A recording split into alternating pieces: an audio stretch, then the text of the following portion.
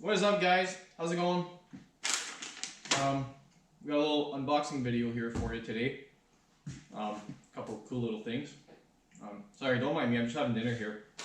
Got my Jack Links here and a little beverage to go with it. And this stuff, unreal. Don't get me wrong, it's only hickory smoke because teriyaki was all out, right? Don't give me a hard time. Alright, I'll put this away, I'm kind of full now. And by the way, I'm not sponsored. Would be awesome if we were, but fortunately we're not sponsored. Oh, if these guys want to sponsor us, they can go ahead, but that might not be a good idea for anyone, to be honest.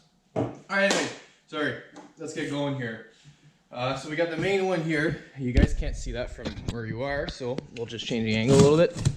So I did a little bit of the pre-cutting just to simplify this task of doing it one hand. And what do we got here? Look at that. That's right, folks. That is a 146 by 16 by 2.5 Challenger track. We got the little, aggressive pointy lugs here. Apparently it's a little bit better for what I ride, but we'll see.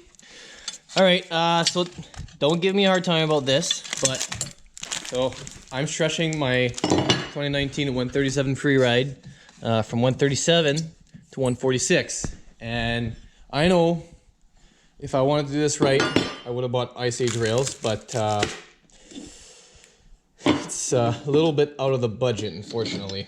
So Trax USA makes these guys. As you can see, they kind of interlock in your, this is your rail extension, and this is going to bolt from the, I think it's going to, actually the orientation, I'm not 100% sure, but regardless, let's say it's going like this. It interlocks here, as you can see, and then it bolts inside your existing rail. So all you're doing is you're adding 4 extra inches, and this is, it's 1/4 inch machined out of a billet aluminum. It's very well done.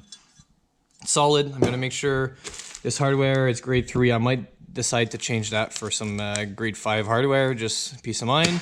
And to be quite honest with you, I think I might, depending on where this bolts and what we're looking at for room, I might decide to bolt on a little piece of flat iron, kind of like the reinforcements you buy. Like my Freeride came with it, and you can buy it for the summits and stuff like that. So yeah, and I gotta be honest, my track was, it's a little bit rough, missing a few lugs. I got one kind of have a half hole in it, so I was gonna see the end of it probably after this season. So we decided to plan, well, I guess kind of a surprise trip. I'm not telling you guys where, but you guys are definitely gonna be seeing some footage this winter, if COVID doesn't screw us over, just like everybody else, right? Okay, so we got the extensions here. We got the track. By the way, I'm not going to be installing this stuff for another few weeks. I got kind of overloaded with work and stuff like that right now, but I decided to order early just to make sure everything was available, and I want to show you guys. Next on the list here, we got some vent kits. Look at that. This is some premium grade A vents right here. Look at that, boys. Like, I made my own vent, by the way, for cooling, and it made a difference. But I gotta be honest, for the price that they asked for these, like, you can't go wrong. So this is made with, I don't know if it's frog skin brand, but there's some sort of frog skin in there. The frog skin is wrapped in front of some, I think it's stainless steel or aluminum type perforated metal here. And then you got screen on top of it, and they look unreal, to be quite honest with you.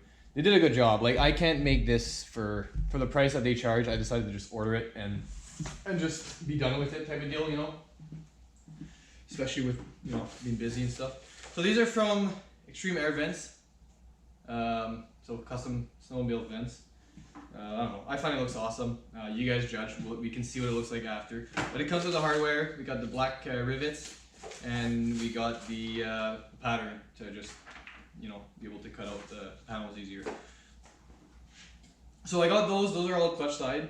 I'm just trying to make an effort to get a little bit more cooling on my clutch. We all know these 850s, they unreal torque, unreal response, but all that comes with a price, right? Your belt kind of takes a toll on it, so Gotta get that heat out, and yeah, hopefully get a little bit more out of my belts. They're quite expensive, so. And the way I look at it, I paid I think it was 75 Canadian shipped to my door, and a BRP belt is over 200 bucks. So if it saves you a belt in the long run, then you're already ahead, right? So next, nothing too fun, just got the bearings, because I have 3,000 kilometers on it. I'm not gonna go there, you know, take out my track, take out my drive shaft, and not change these $35 bearings. So 2 bearings and the seal kit, by the way.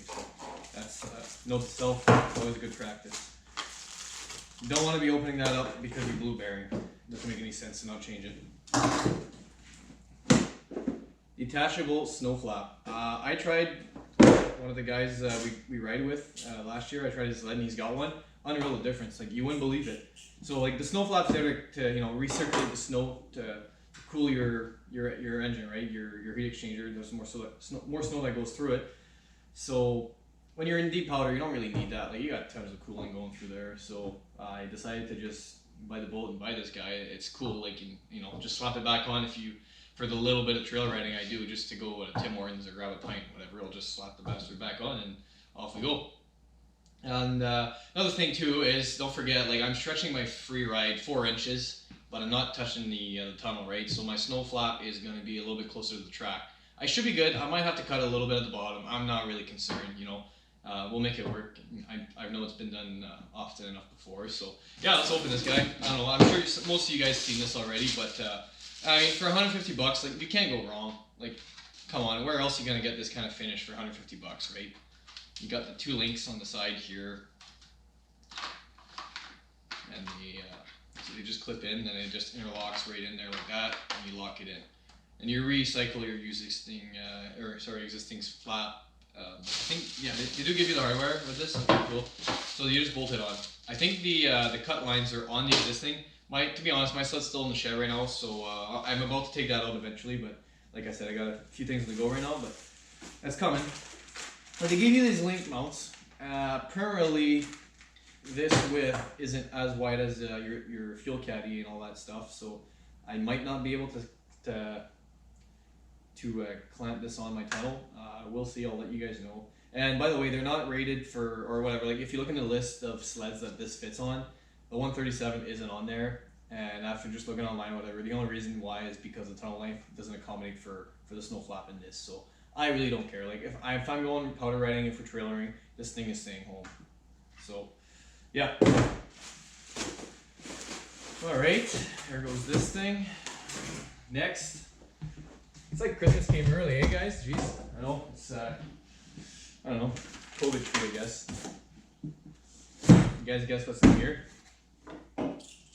Probably, eh?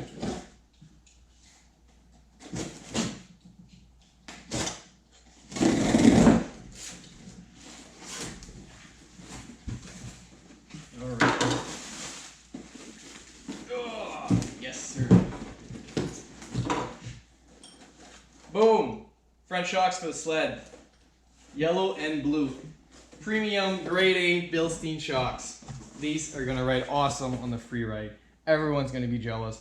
Everyone's gonna be wondering what is going on. Look at that, engineered for performance. The name's there, everything is crystal clear. No coilovers. Like, it's gonna be awesome, guys. No, I'm just kidding. There's a Chevy right here. They're going on right now. Alright guys, take care. Thanks.